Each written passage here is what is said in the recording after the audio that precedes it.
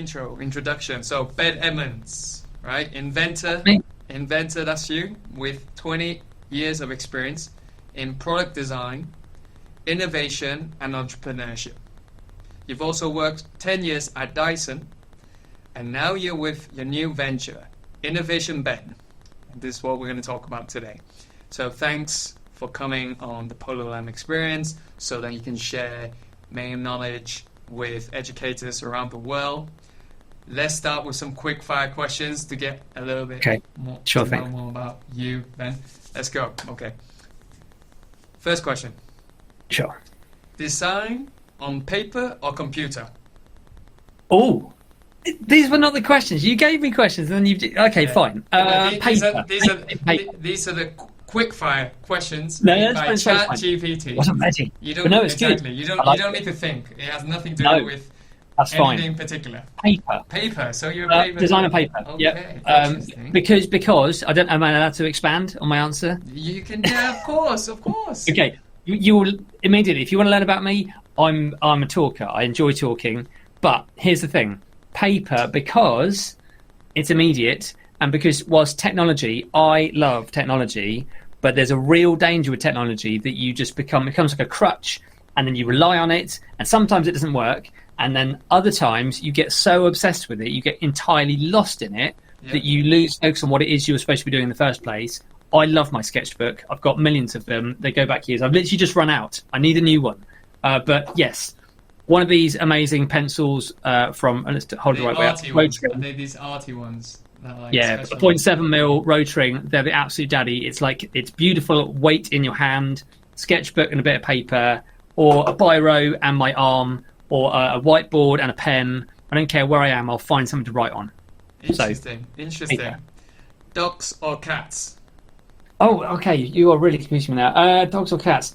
Oh no, I'm not really not a pet person. That's the thing. Okay, like I can I can keep children alive. I have a terrible habit of killing plants, although this guy is having a great time. Okay. But we're not really pet people. So if I was going to have one, probably a dog.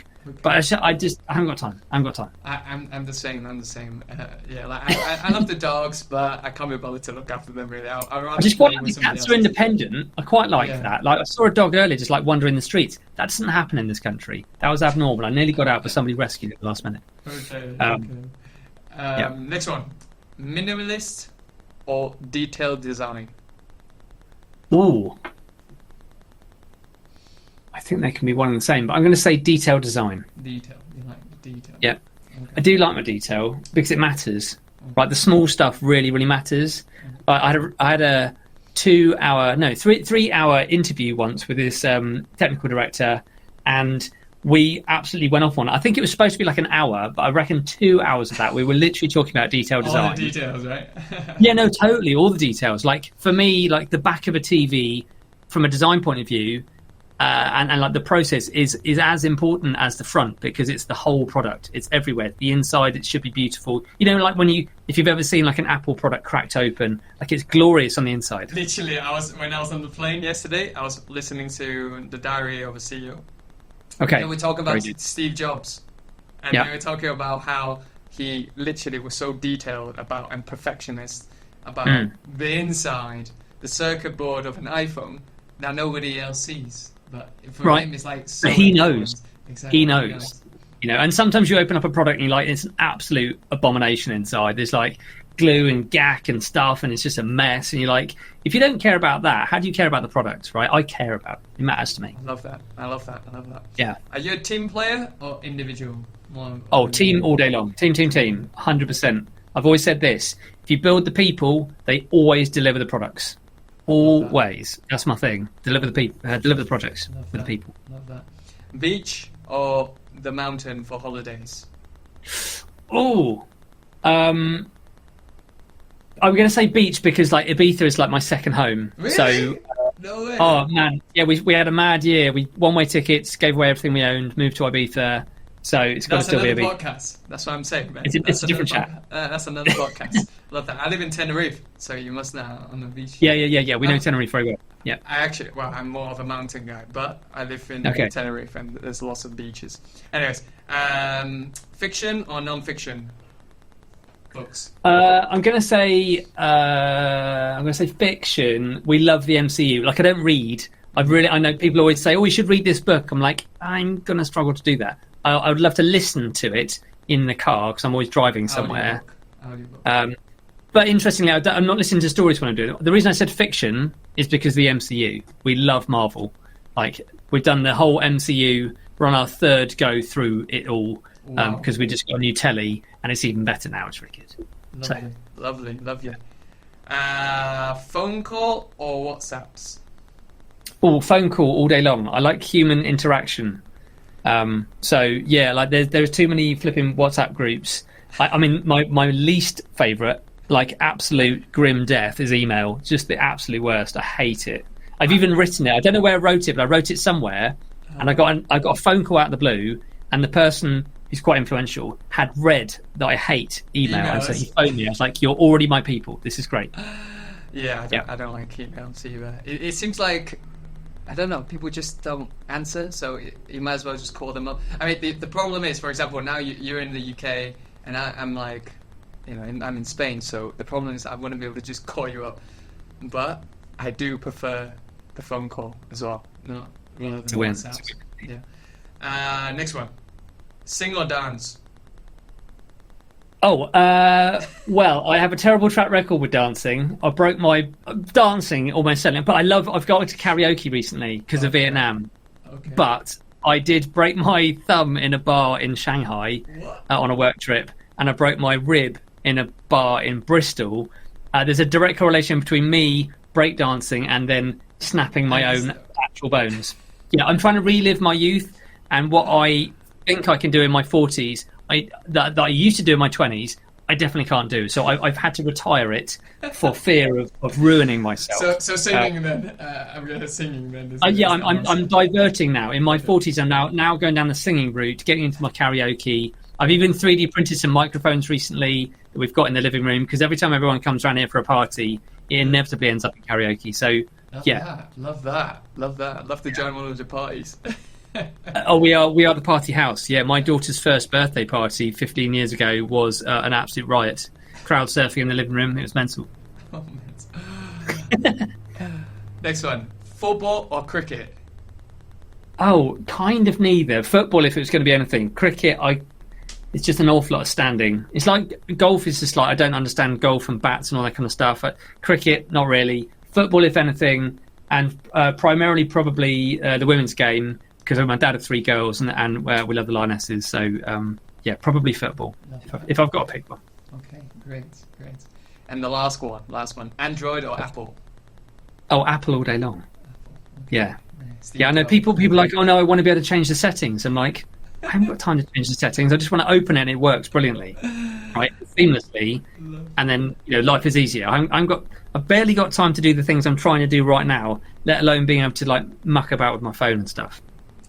Love that. Thank you so much for the quick fire questions. I think it was not quick. It was not quick. We had to expand, but I think that way everybody gets to know more about you as a person, because I'm sure you're going to do loads of interviews about your professional stuff. But I personally, I like the fact that when you do any business with or professional work with anybody, you want to know who you're working with. Like the real person. I do. Yeah, I've always kind of made it my mission to kind of make friends everywhere I go. And I know that doesn't always go in your favour, but it's absolutely my nature. I've recently made fantastic friends with a factory in Vietnam, the best metalworking and plastics factory I've been to in my 20-year career. Absolutely glorious. They make everything, every single nut, bolt and washer, all the way to like full architectural staircases. And then their showroom is like their whole factory, because everything you can see, they made it. It's amazing. They're really cool. And as a result of making friends with them, I ended up taking them a 3D printer out. They didn't have one, so I then trained them how to use that. Nice. I then trained them how to use the CAD program that I use. I've saved them loads of money, and consequently, it's like a win-win thing, right? They now are working fantastically hard for me, but I'm putting business their way. I'm connecting them to all sorts of my whole network. So it's win-win. That's my thing. Make friends. Make friends, and you get business. I love it. Yeah. Yeah, that's generally the way. I like it. So yeah, now we can enter the main question. So the first question is very deep. You can expand as much as you want. It's basically, who are you, and what is your dream? Okay, I've got a pretty clear dream. So I'm Ben Edmonds. I've spent the last 20-ish years in product design and innovation at three major companies, but equally I've had my own kind of side gig for the last 20 years. And my dream today, dream is this. I want to enable millions of young people to learn how to solve problems, open-ended challenges. Their life is going to be full of problems, and most of the education system has set them up to be spoon-fed with all the answers, to learn to blindly follow instructions. And what we need is people who can solve problems. The problems right now globally are absolutely mental, and they're only going to get worse and exponentially worse. And then there are going to be new challenges coming out all the time. We need people who know how to solve open-ended, complex problems, and that's the dream. So, yeah, I can go way more into that, but that's the dream. And is that how you came up with Innovation Ben? Like that's or no? No, not really. No, that's like a really long-winded sort of I don't know, accident. I suspect. What is Innovation Ben? Okay, so Innovation Ben that is just me. It's an alter ego. Like Clark Kent takes his glasses off, and you're like, oh, it's a totally different person. Batman. It's Batman. Okay. Yeah. The thing is, it's good to have something that you can say to people that is memorable, right? When they're like, oh, have you got a business card? I don't really do business cards. I'm just like, I'm Innovation Ben on everything. I like innovation, and my name's Ben. You will find me. If you Google my name, if you Google Innovation Ben, if you Google Innovation and then Ben, you will find me. I'm everywhere. And it kind of tells you everything you need to know about me in like one little snippet. That's what it is. And I have gone on to spawn multiple different things out of that. The most proud thing that has come out of everything I've done is this thing called Inventor Club. And that's that's my kind of thing that we're doing at the moment I'm doing three things at the moment. I'm doing a massive furniture project, which is an Innovation Ben thing. Here's a question for you, Polo. How long does it take to build a flat pack double wardrobe? Like IKEA type wardrobe. IKEA style, yeah. What do you reckon? An hour, maybe. I think if you're doing it in an hour, you are bang on. You're going well. You've had no arguments. You've lost no things. You've broken no part. I read the manual right. You read the manual right, and you are an absolute monster with an Allen key, right? So I can build a double wardrobe, full-size double wardrobe, in 2 minutes and 55 seconds. And a normal human will do it in about 5 to 10 minutes. But importantly, it's not a one-way journey. So often with the IKEA thing, it's great. Do I like IKEA? Yes, absolutely love IKEA. I find it really inspiring. We used to go there at like 9 o'clock at night because it shuts at 11, and most normal humans have gone home by that point. So we had the run of the place. So I love IKEA. Yep. But if you Google IKEA and divorce, the stories are just endless. The number of responses are mental. No way. And I got pitched a problem by somebody who has been in the furniture trade for a really long time. And he basically said, look, 15% of the wardrobes being sold by this company are returned because people forget that they've got stairs. They're like, that's going to fit in my room. Wicked. I'll order it. And then it turns up and they're like, oh, yeah, the stairs thing. Dang, that's really annoying. Oh, I'm just going to have to go back. Or they go down the other route, which is I've got my IKEA thing. And then it just descends into madness and it's arguments and it's broken or whatever. Or you build it. And you're like, great, I've had to build it in the middle of my living room because that's the only space I can do it, or not your living room, your bedroom. Yeah. And then the very first thing you have to do is to heave it across your room into location, at which point you literally peel the whole front the front panel comes straight off. Floor. And then you have to kind of like balance it back there and pretend that didn't happen. And you know full well when you move house, that thing ain't coming with you. Yeah. You're going to undo the first bit, it's going to collapse, and you're buying another wardrobe. Yeah. So my stuff, I can build it really quickly. Mm-hmm. It's incredibly solid when you build it. it will come down again and move house with you, and you're investing in some quality bit of furniture. And, you know, people don't want to be spending their time building furniture. I mean, I really enjoy it, but most people just want to live their life. Yeah. So, you know, it turns up, you've built it in 5 minutes, your cup of tea's still warm, and then you can crack on with your day. Nice. So that's one of the business products that you sell, or we will be selling at some point. Yeah, hopefully launching later this year. So that's one thing I do. I also do a bit of public speaking. So I got picked up by a public speaking agency at the beginning of last year. So I've been doing that for a year and a bit now, which is really good fun. Mostly talking about innovation, creativity, problem solving, the future of education, you know, all that kind of stuff. And it's been really interesting. And, you know, the number of different people have asked me to talk, and also the places I've got to speak. So I've worked with the Ministry of Defence in the UK, with Airbus. I had previously done some stuff at Dyson. I've worked with leadership teams from multiple different schools across the UK. Yeah, it's a really, really weird sort of like eclectic mix of people that I get to work with, which is fun. And then the third thing is all this education stuff. Is there in like when you talk about, can you expand a little bit on the education stuff? So what is it you do, like, to obviously achieve your dreams, right? To educate children so then they can become problem solvers. That's what your dream is. That's the goal. That's the dream. So at the moment we're doing a couple of key projects. I'll do this one first. So we're doing these things called challenge packs. I've been running, somewhat accidentally started an international kids club in my living room a few years ago, and now I've got students in Dubai and in the UK and all across the UK, and I've worked with kids in Hong Kong and all sorts. It's got a little bit carried away. That's really good fun. And basically, because I'm a creator, I love just making and creating and coming up with new ideas. So when my education business partner joined forces with me, he's a school teacher and he's great at admin and organisation. He kind of like opened the Pandora's box of Ben's laptop and was like, there's a lot of stuff here. This is ridiculous. Stop making stuff. Let's use the stuff you've already done. So we found that we've got about 65 projects that I've worked on over the last 7 years. And of those, we're focusing on 12 of them at the minute to turn into what we're calling challenge packs. And a challenge pack is this. There are many STEM kits available for young people, but typically you get the kit, you open the box, there's a bunch of bits, you open the Bible of instructions, you follow the instructions, you build a thing, you go, look, I built a thing. And what have you really learned? You've learned once again to blindly follow the instructions.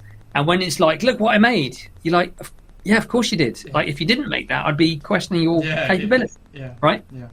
What we want to do is, it's not without the instructions. You do need to give people a starting place, but there's sufficient space around the project where they can use their own creative problems mind to actually do something, right?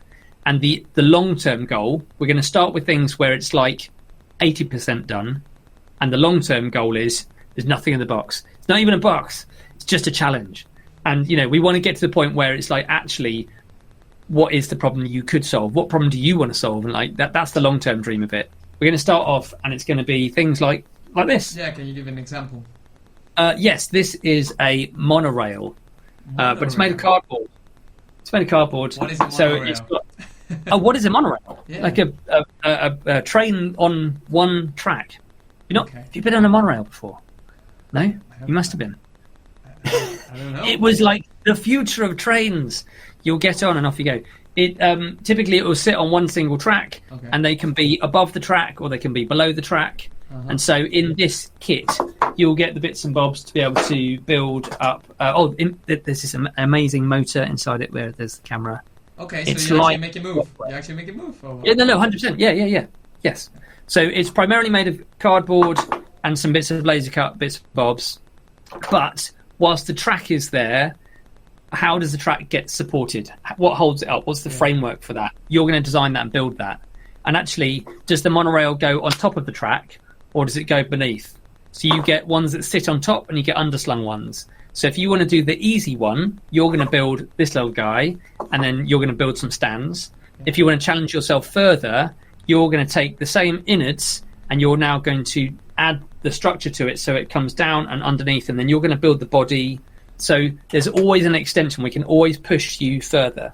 Wow. We've got another project called the Jump of Doom, which is really, really good fun. I've done it with hundreds of kids and adults over the last 6 years. And it all starts with a chassis, again, cardboard chassis with some cut bits and pieces. We've decided now there's going to be a body. So there's going to be a body, some body work in there as well. And the aim of this is not to just make a car, because any person could do that.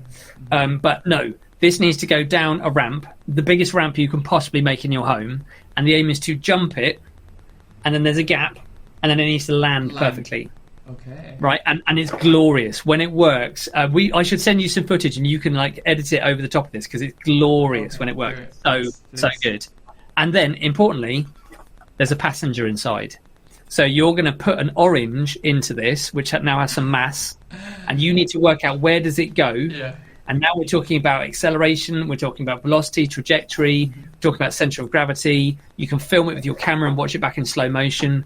You have to design the structure that enables the passenger to be supported. You have to build the ramp, you have to build the down ramp. And when the kids get it working, it's just the best thing. It's so good. They absolutely love it. You're trying to turn all the kids into Elon Musks.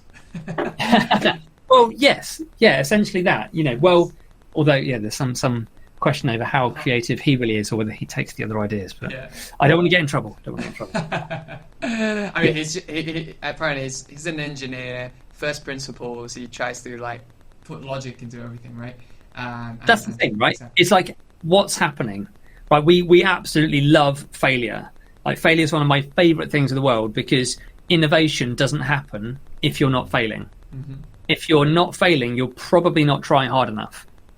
Right? We want to get to the very edge of our capability, and that's where we're learning new stuff. That's the uncharted territory. And there are so many incredibly famous failures that have gone to become, just everyday household items. Super glue, Post-it notes was supposed to be like the best glue in the world, and then it turned out to be a bit rubbish, but Post-it notes are everywhere. Mm-hmm. Microwaves was accidentally, melting something in his pocket from trying to do radar. There are loads and loads of examples of stuff that is just so commonplace to us now. Tires, vulcanized rubber, right? Total accident. Penicillin, total accident. We have to create an environment where failure, experimentation, curiosity, absolutely encouraged and embraced. The best thing ever. And when you can take that fear of failure away from people, and because it's embraced, because it's celebrated, it failed, I didn't fail, it failed. How did it fail? What happened? What could have gone wrong? What did go wrong? What went right? What should we keep? What should we improve? It's a wonderful place to be in when you're in that mindset, that curiosity, that discovery, and that's where you figure out new cool stuff. 100%. Following on from that, what can you tell us maybe one of your biggest failures that turned into something great, as you say, or improved, or something you learned from? Yep. I broke my spine in 2019 in 2 places. Damn. Don't put it on your bucket list, right? Don't recommend that at all. It wasn't because you were dancing somewhere. This time was not breakdancing related. Okay. No. I had been away the weekend before at a festival doing the Jump of Doom with 200 kids over the weekend. It was absolutely wicked. However, there was a major storm in the UK at the time. That weekend was it was great fun, and at the same time a total disaster. The big top was smashed in half. My laptop literally floated away because it rained so much. Our tent filled up with water. Nuked my laptop completely. We had to relocate 3 times, and then so over that weekend we were away. I came home late on the Saturday night. I think we bailed out late Saturday night, like midnight, because this is insanity. Cardboard and water is not a good combination, right? Got back to find that my shed roof had blown off. I mean, the top of it had come off. Yeah. And so I've got my table saw, I've got all my tools and stuff in there. So back at work on the Monday, got to get back to do that, but I need to fix it. Like, I've just lost my laptop. I don't want to lose anything else. Yeah. And so it got to Friday. I'm like, I've got to get it done, before the weather comes in again. So I'm re-roofing my shed at 9 p.m. on a Friday night. At the same time, my wife is doing Couch to 5K, and she is at the end of 5K. So she's very, very tired and exhausted. And it was at that exact moment when the ladder sank into the now sodden ground, which was typically very, very solid. Now not so solid. The ladder sunk in, fell into the shed. I fell off, and I went from my ankle. My ankles were like guttering height. I fell on my spine. So that was really bad. Utter failure. People have done the same thing and have become paraplegic. So could have gone horribly wrong. Yeah. But I utterly dodged a bullet. And during my recovery, in between like sleep, morphine and pain, I developed these STEM kits. I did it in 2D. I could have done it in 3D, but to kind of like challenge my brain a bit, I did it in 2D, which was fun. Mm-hmm. And I then went on to sell them to all sorts of people across the country. And I was like, actually, there's something in this. And then that then spawned more stuff for my kids club. And, one thing led to another. Situations happen, don't they? Yeah. Do you let life happen to you, or do you happen to life? And in that moment, obviously, it was terrible. And, being told to get up and walk literally the next day by the hospital, I'm like, this is a terrible idea.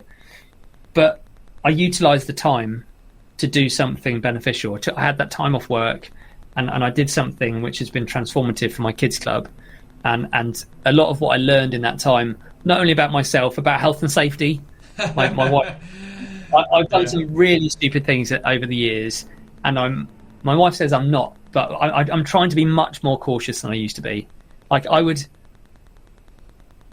we lived in this house which had a double height ceiling. Yeah. When my kids say to me, they're like, want to have a party, I'd love to have a circus party. I'm like, wicked. So we're going to turn the house into a circus. So then we're going to strip all the furniture out. I'm going to buy red and yellow plastic sheeting, and I'm going to cover the whole ceiling, red, yellow. We're going to build the big top inside our house. Mm-hmm. But it's a double height ceiling, and I don't have a long ladder. But I do have a wardrobe and a ladder. So ladder on wardrobe. On the wardrobe.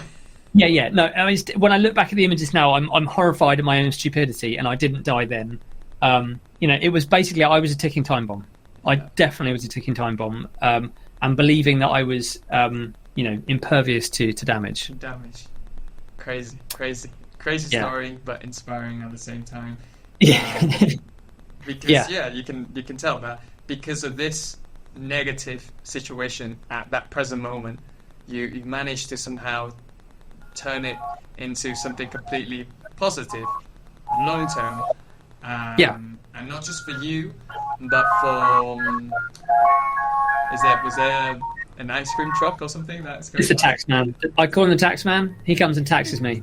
It's how much is an ice cream? I guess you live in Tenerife, so it's probably expensive. But like the tax man, he turns up as soon as that sun comes out. He's whipping around these streets, just 10 quid, 15 quid, 20 quid. Thanks, mate. Yeah, and like he doesn't even take cash anymore. It's just plastic. Boop. There you go. Unreal. Yeah, I couldn't. Imagine if you had the QR codes. It'd be outrageous. You could literally do it from the living room. You could scan it from a distance. Ice cream. Yeah, relentless. Sorry, distracted. I was saying how you managed to turn this story positive, not just for you, but also for many children who are now benefiting from the club. Kids, right?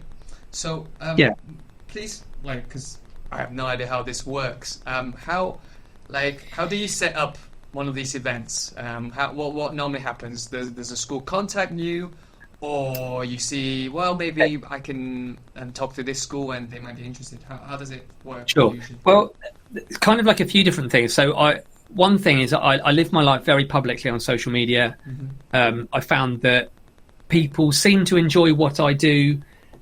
And they like watching the things I make or whatever, and then they want to pay me some money. So that's one method. And so we've got into the kind of the whole home education world that way, because we've been home educating our kids for the last 7 years. Interesting. So that's one direction. Interesting. Some people reach out to my speaking agent, and they go through them. we did through a really long-winded series of events, basically making friends with people. One thing led to another, and we got invited to this mad conference last year where I got to do a bit of chat, a bit of context. I always try to give people a bit of context of where it is that we're going, and then I love to do a workshop. So I got to do this workshop with 120 head teachers simultaneously in the same room. Wow. But everybody's got the same problem, and it's all about how many different ways can you solve that problem. And it was fantastic. And if something like that goes well, you're in front of 120 budget holders, right? 120 people that can say, yep, let's get them in. And so ever since then, we've been going most weeks into schools all across the UK to do workshops, to do CPD events, and really interestingly, to go and work with the parents. I didn't think that was really a thing, but apparently it is. Oh. So we've done a couple of parent sessions, helping them to understand what is needed for their children. Because if you're a parent today, you're probably measuring your own child's education by the education that you had 2+ decades ago. What was it relevant then, and is it relevant now? And so actually to help them understand what do we need, what does industry say they need, what should your children be doing? So we've done a bit of that. How else do people get in touch? All sorts. I had a random meeting yesterday at my club. So I was at the kids club, got chatting to one of the dads. It turns out that the dad is a major in the cadets, and my kids know him because he's kind of a big deal. Okay. And so I got chatting, and I was like, look, I love what you do with the cadets. It's amazing. I'd love to give back. So could we do some sort of STEM event? And he's like, funny you should say that. I'm literally thinking about doing a STEM weekend in like the autumn, and we're going to get like the army down, the artillery, and all sorts of other mad like army stuff, inventions, creations, technology, all that kind of stuff. Do you want to come and do some stuff? So because I do talk a lot. You've got that by now, right? But I'm always telling people stuff that I'm up to, because you never know who you're going to bump into. Like I had no idea that Major Actual Banfield was going to be in my Inventor Club session, and that I'd get to be able to meet him and talk to him about the potential of what we could do. And now we're going to do some stuff together. Exactly. And at the same time, he was actually looking for this, right? Well, yeah, he was going to do a thing anyway, and now we can do it together. And, you know, you can definitely go further together, can't you? 100%. I can really relate to that. It's happened to me quite a lot because I'm selling something very innovative, which is using VR for marketing, for education marketing. Okay.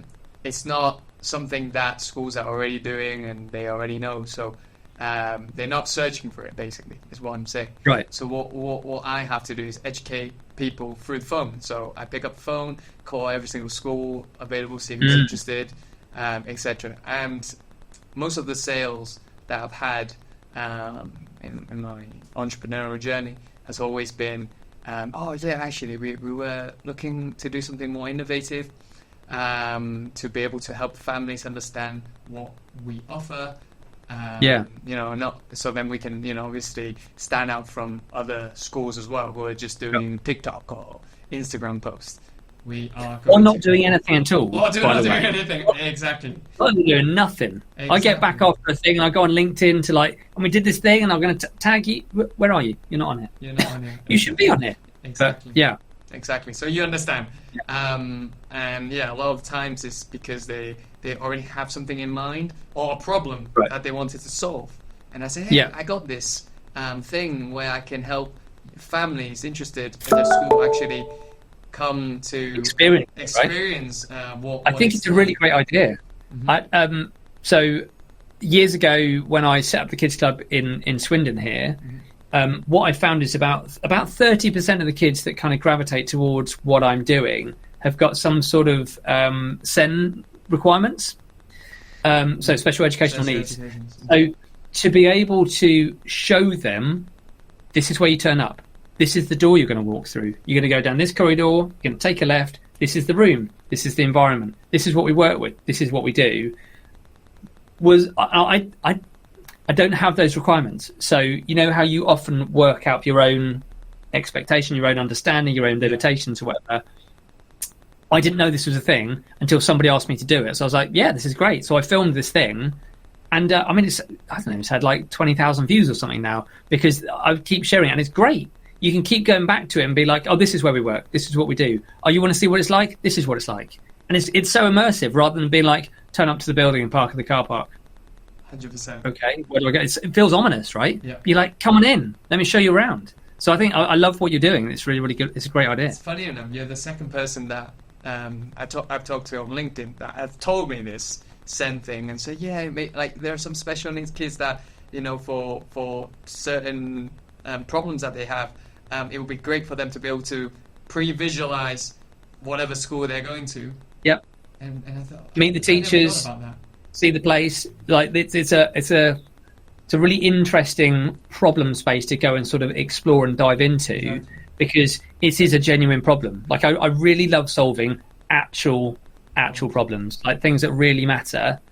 Obviously, a lot of the stuff to do with the kids is like a bit daft and silly and fun and whatever, because you kind of want to get them engaged and excited. But it's all about long-term solving real, credible problems, and to be able to get people into certain establishments or environments or whatever, sometimes they just need to see that thing. Yeah. And so what you're offering is actually a lifeline to organisations that want to be able to bring people in, and also to parents who want to say to their kid, it's going to be fine, don't worry about it, it's going to be cool. This is what you're going to do. Yeah, give them confidence and relief. Yeah. Like a safe space to say, okay, it's going to be fine. This event is going to be fun for me. It's going to help me.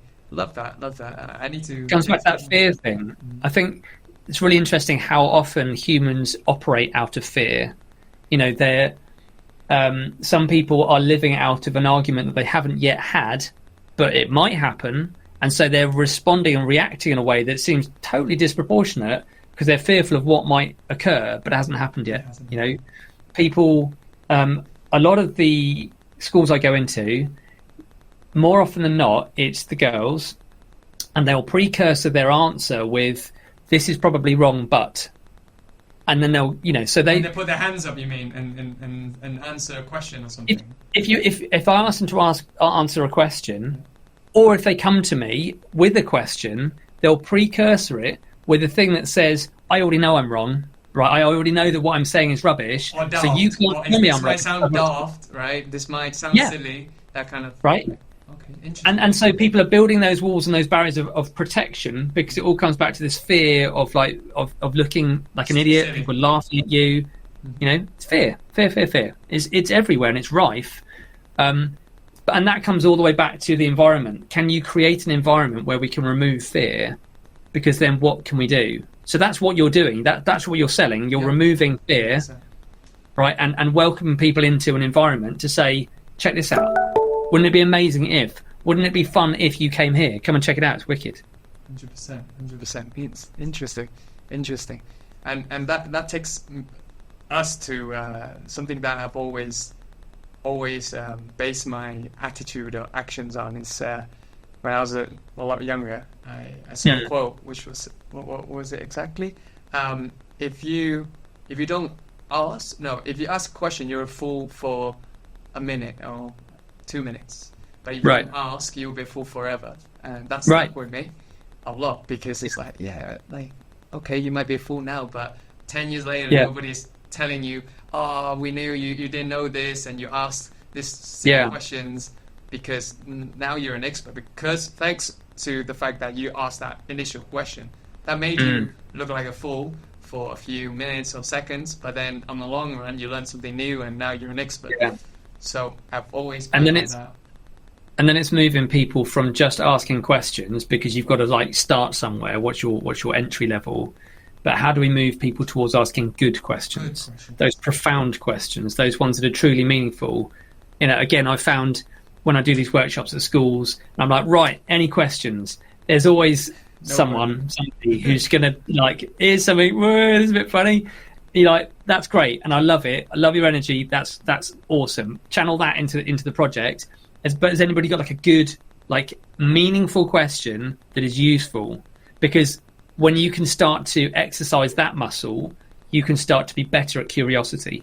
You can start to get better understanding on the subject that you're trying to figure out, whatever it is, the problem you're trying to solve, right? And that's one of the many, elements that we want to build in our students. Love that. I love that. next question I have building on Okay. that. So I'm assuming because obviously they have to pay you to go into a school. You go into the schools, right? You usually go into the schools in the Yeah. UK. Okay, so what if I was a state school?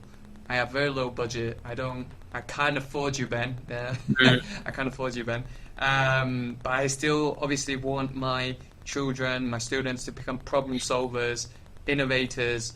So then hopefully in the future they can become human beings, to society. So what advice would you give these schools so then they can cultivate this type of energy in their students? Yeah, I mean, one thing, we do go to state schools. Okay. I started off going to state schools because I didn't know anybody at a private school. I didn't grow up in that environment at all. So I've been to a lot of state schools, and there's some schools that I regularly work with that I've been going to for several years. So yeah, it's not that my prices are that high, but I am aware, particularly in the UK, there are situations where teachers are literally buying students' books and stuff like that. It's mental. So here's my thing.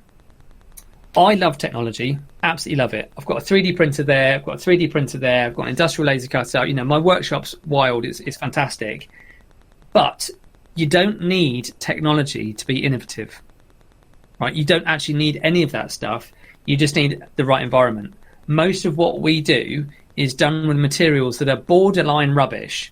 Like, it's typically your brain plus the recycling box plus a problem. That's what we want to do. Right, keep it really, really simple. It's your brain, the recycling box, and a problem. What can you make? What can you do? What can you build? And I can build. In fact, we did this with a bunch of students. We built a bridge together that we were collectively able to walk 16 adults over, and it was made of tape and cardboard. So much science, so much rigor, so much engineering went into that, but it was just cardboard and tape. Right, very, very, very cheap. My Christmas party costume for the Dyson Christmas party a few years ago, I made Bumblebee out of cardboard, 1.7 meters long. I could stand up and turn into the robot. I could crouch down and turn into a car. I could drive. Amazing. I had a beer holder. Amazing. I had a camera at the front and a TV screen on the inside so I could see where I was driving. But most of it was cardboard.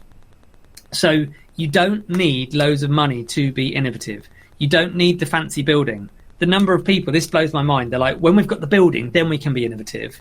And they've got these innovation centres. I went to a school that's got an innovation centre. The door's locked. No one goes in it because they've got no teachers to run it. They don't know what they're doing. You don't need the building. Just start. Start with a problem, an open-ended challenge, and then get some rudimentary materials and see what the kids think. You can start anywhere at any point. Right, it doesn't need to be posh, it doesn't need to be fancy, it doesn't need to look great, it doesn't need technology, it doesn't need loads of money. You can start. What do you think about, because I met some guys here in Spain who's like doing like have you heard of Young Enterprise? Yeah. So I did Young Enterprise as well. So it's something like that where there's a business challenge and you create whatever you want to solve a problem. Sure. Do you believe that maybe all schools should have some kind of competition which is entrepreneurial related and allow people to solve? Maybe they'll come up with the school will come up with a problem and say, here's a problem. You can go into teams and this year create a company or something that can solve your problem.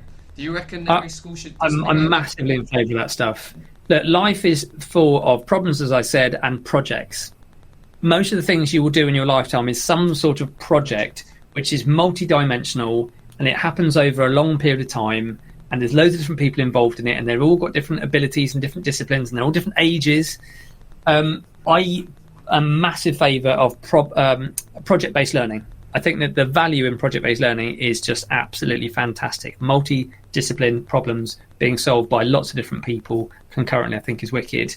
And I think the other part about it, the entrepreneurship side of it, is absolutely essential. At no point in my entire education did anybody ever tell me that one day I might start a business. It wasn't mentioned. I wasn't, trained for it. I wasn't given any of the skills for it within reason. A lot of the stuff, I just had to sort of learn stuff and figure it out. I've gone on to make my own stuff and sell it in all sorts of different countries around the world. and it's been just a cacophony of just errors and failures and mistakes, and I'm getting better at stuff. I like the idea that I'm an entrepreneur, but I'm a bit crap at it. But wouldn't it have been amazing if we'd had stuff like that at school? And this day and age in particular, the rate of change for the number of people who are going to run their own business is growing at an alarming rate. It's huge, and yet still it's like, we need to do your CV, and one day